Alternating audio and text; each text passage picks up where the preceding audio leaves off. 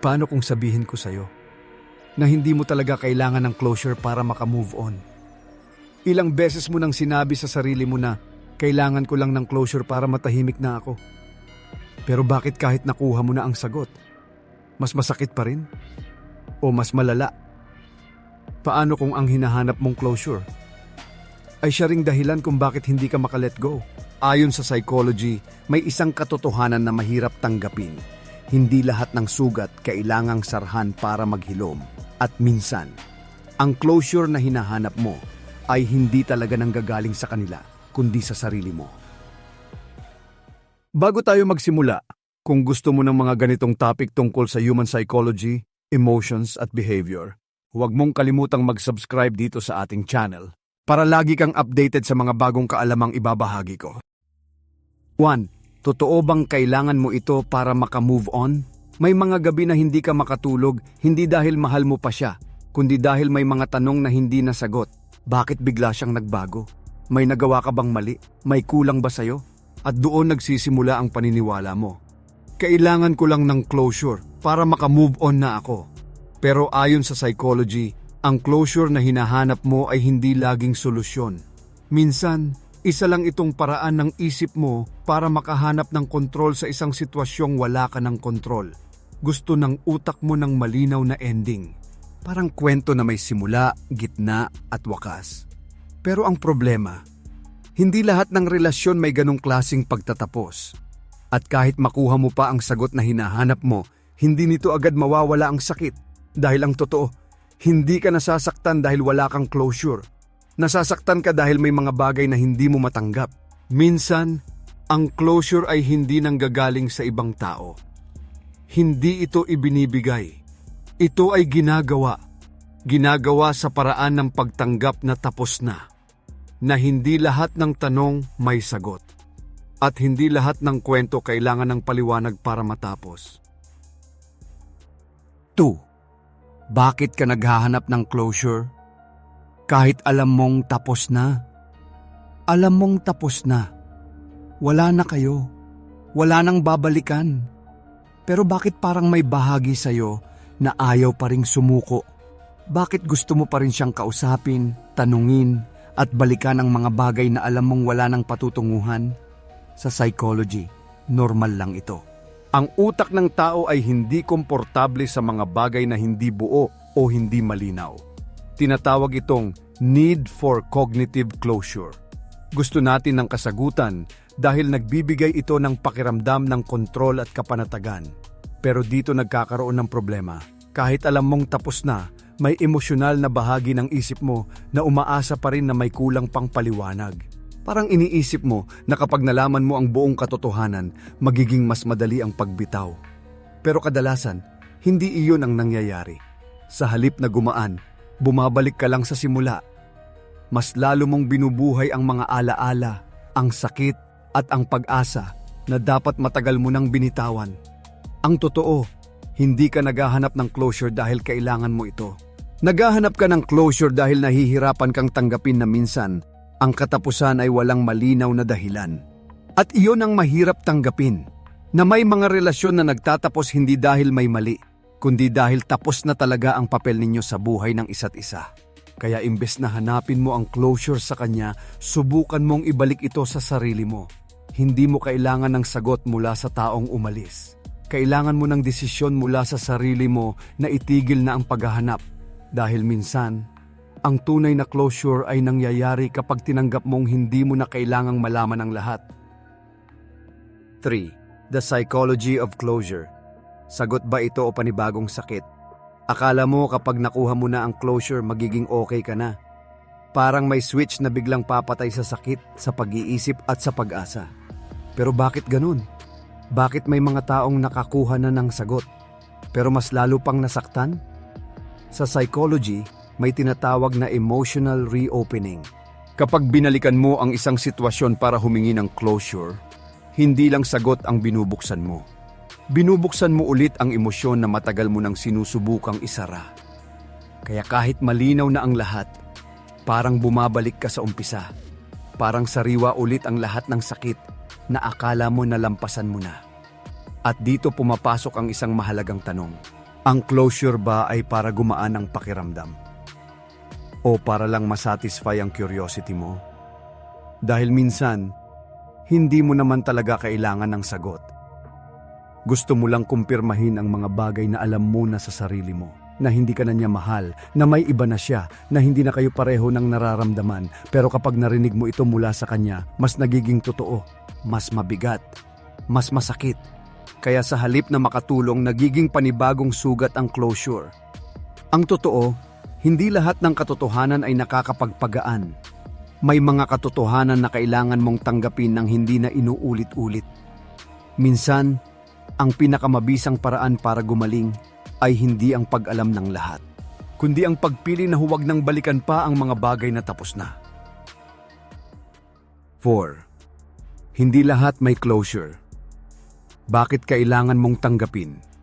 Ito may mga kwento na bigla na lang natatapos.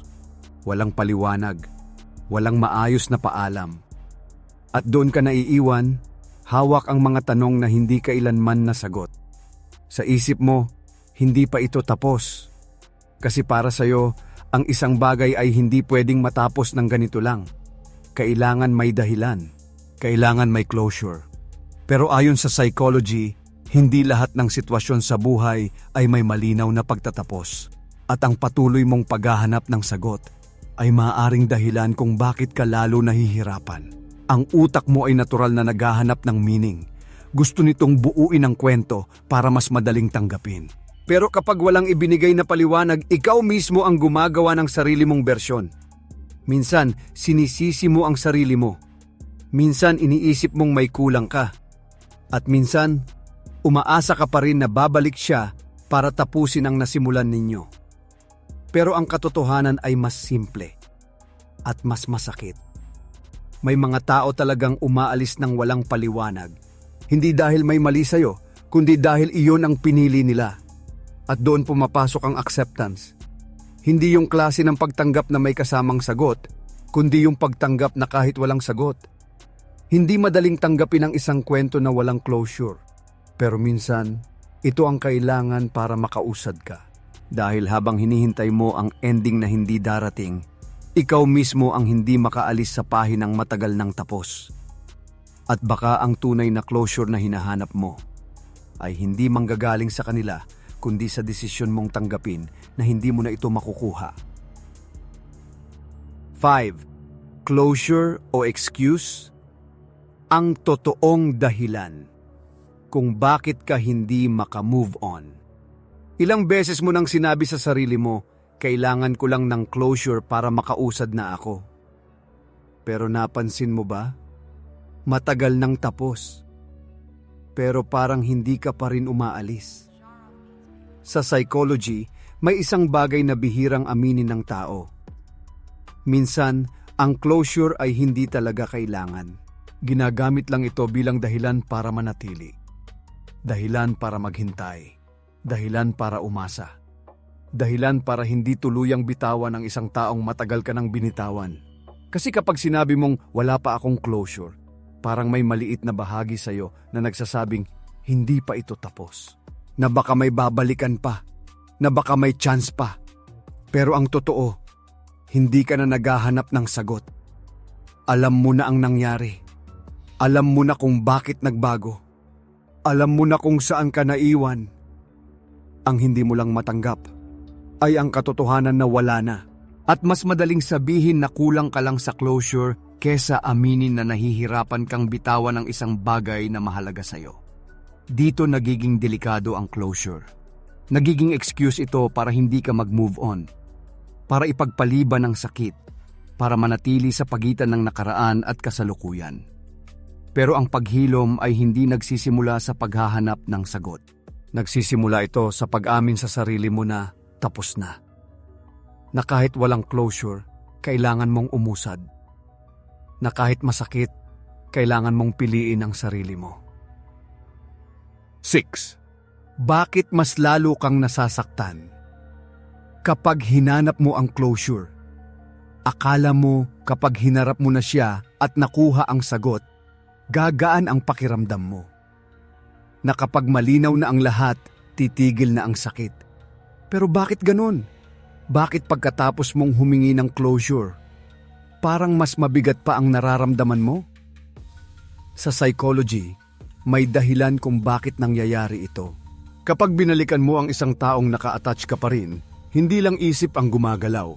Sumasabay ang emosyon, alaala, at attachment na hindi pa tuluyang napuputol. Kaya kahit ang goal mo ay makakuha ng sagot, ang nangyayari ay naaalala mo ulit kung bakit mo siya minahal. At doon nagsisimula ang sakit.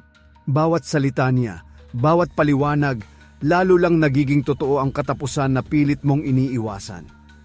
Hindi dahil masakit ang sagot, kundi dahil hindi na ito teorya. Realidad na siya. At minsan, ang closure na hinihingi mo ay hindi tugma sa inaasahan mong marinig. Umaasa kang may lalabas na dahilan na magpapagaan sa loob mo.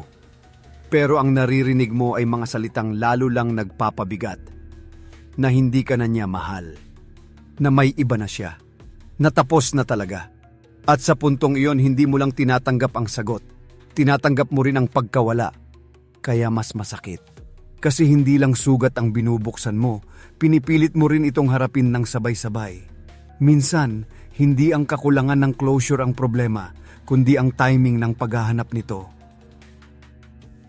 7. Ang ilusyon ng closure. Bakit minsan mas mabuting wala nito? Iniisip natin na ang closure ang huling piraso ng puzzle. Na kapag nakuha natin ito, buo na ang kwento at handa na tayong umusad. Pero paano kung ang closure ay isang ilusyon lang? Sa psychology, may tendency ang utak na humanap ng malinaw na ending. Gusto natin ng paliwanag para maging maayos sa isip ang nangyari. Pero ang problema, hindi lahat ng paliwanag ay totoo o sapat. Minsan, ang ibinibigay na closure ay hindi naman talaga buong katotohanan. Pinipili lang ng tao ang sasabihin niya para matapos ang usapan, para makaalis, para makaiwas sa mas malalim na komplikasyon. At ikaw, kakapit ka sa sagot na iyon kahit nararamdaman mong may kulang. Doon nagiging ilusyon ang closure. Akala mo may linaw ka na, pero sa loob mo, magulo pa rin. At mas delikado pa, umaasa kang ang closure ang magpapagaling sa'yo, na parang ito ang susi para makalimot. Pero ang totoo, hindi ang sagot ang nagpapahilom, kundi ang proseso ng pagtanggap. May mga pagkakataon na mas mabuting wala kang closure kasi hindi ka nakadepende sa ibang tao para makausad. Hindi mo hinihintay ang paliwanag na maaaring hindi rin sapat. Hindi mo inaasa ang healing mo sa taong hindi na bahagi ng buhay mo. Sa halip, natututo kang buuin ang sarili mong ending. Yung hindi nakabase sa sinabi nila, kundi sa desisyon mong bitawan ang nakaraan. 8. Closure. Para ba ito sa iyo? O para lang sa ego mo? Kapag iniwan ka, natural lang na gusto mong maintindihan kung bakit. Gusto mong malaman kung saan ka nagkulang, kung ano ang nangyari. At doon mo sinasabi sa sarili mo, kailangan ko ng closure. Pero sandali lang, sigurado ka bang para ito sa healing mo o para lang sa ego mo? Sa psychology, may bahagi sa atin na ayaw matalo. Ayaw maiwan ng walang paliwanag. Ayaw maramdaman na parang hindi tayo naging sapat. Kaya naghahanap tayo ng sagot. Hindi lang para maintindihan, kundi para ma-validate ang sarili natin. Gusto mong marinig na wala kang kasalanan, na mahal ka pa rin niya kahit tapos na may dahilan kung bakit hindi nag-work. Pero paano kung hindi iyon ang marinig mo?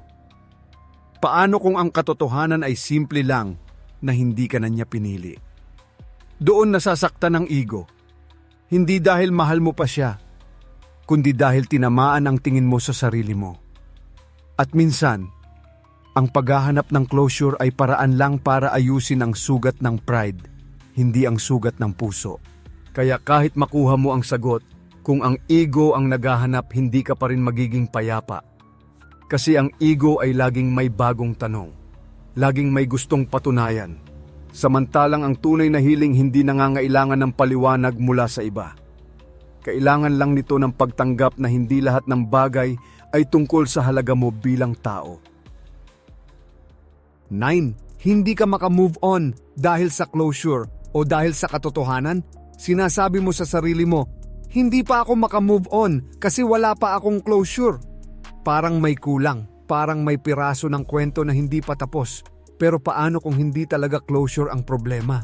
Sa psychology, madalas nating gamitin ang kakulangan ng sagot bilang dahilan para hindi harapin ang isang mas mahirap na katotohanan.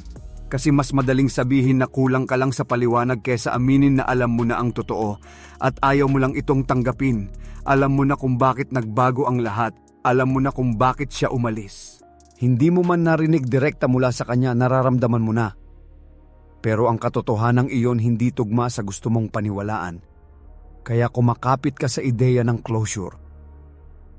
Umaasa na baka may marinig ka na magpapabago sa lahat. Na baka may paliwanag na magpapagaan sa loob mo. Pero sa loob mo alam mo na hindi ka na niya mahal tulad ng dati. Na hindi na kayo pareho ng nararamdaman. At iyon ang mahirap tanggapin. Kaya hindi ka makamove on hindi dahil wala kang closure, kundi dahil pinipili mong iwasan ang katotohanan. Dahil kapag tinanggap mo ito, kailangan mo na ring tanggapin na tapos na. At doon magsisimula ang totoong pagbitaw. Hindi sa paghanap ng sagot kundi sa pagharap sa realidad na matagal mo nang alam pero hindi mo pa kayang yakapin. 10. Ang psychology ng hindi pagkakaroon ng closure. Hindi lahat ng kwento ay may maayos na ending.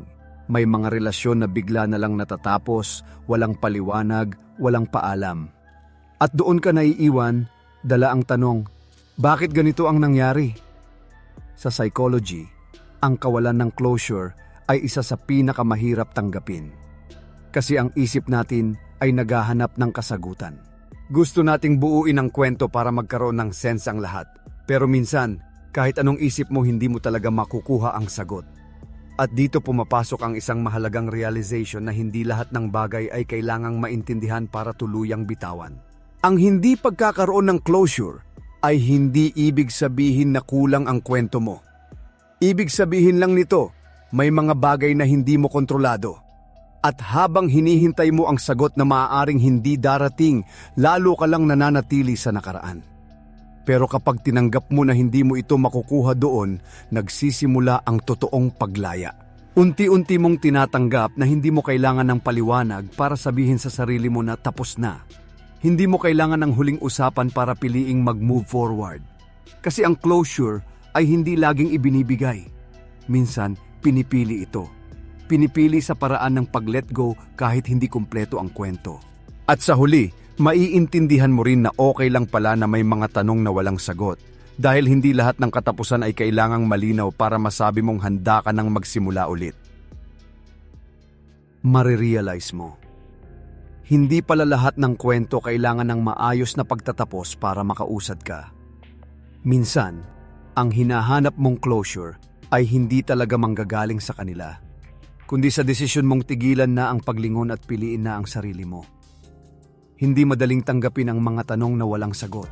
Pero doon nagsisimula ang tunay na paglaya sa pagtanggap na kahit hindi kumpleto ang kwento, pwede ka pa ring magpatuloy. Kasi ang pag-move on hindi nakadepende sa paliwanag na ibibigay nila. Nasa tapang mo ito na sabihin sa sarili mo tapos na at handa na akong magsimula ulit. Kung gusto mo pang matutunan ang mga ganitong psychology insights tungkol sa human behavior at personal development, mag-subscribe ka na at i-turn on ang notification bell para lagi kang updated sa mga bagong episode dito sa ating channel.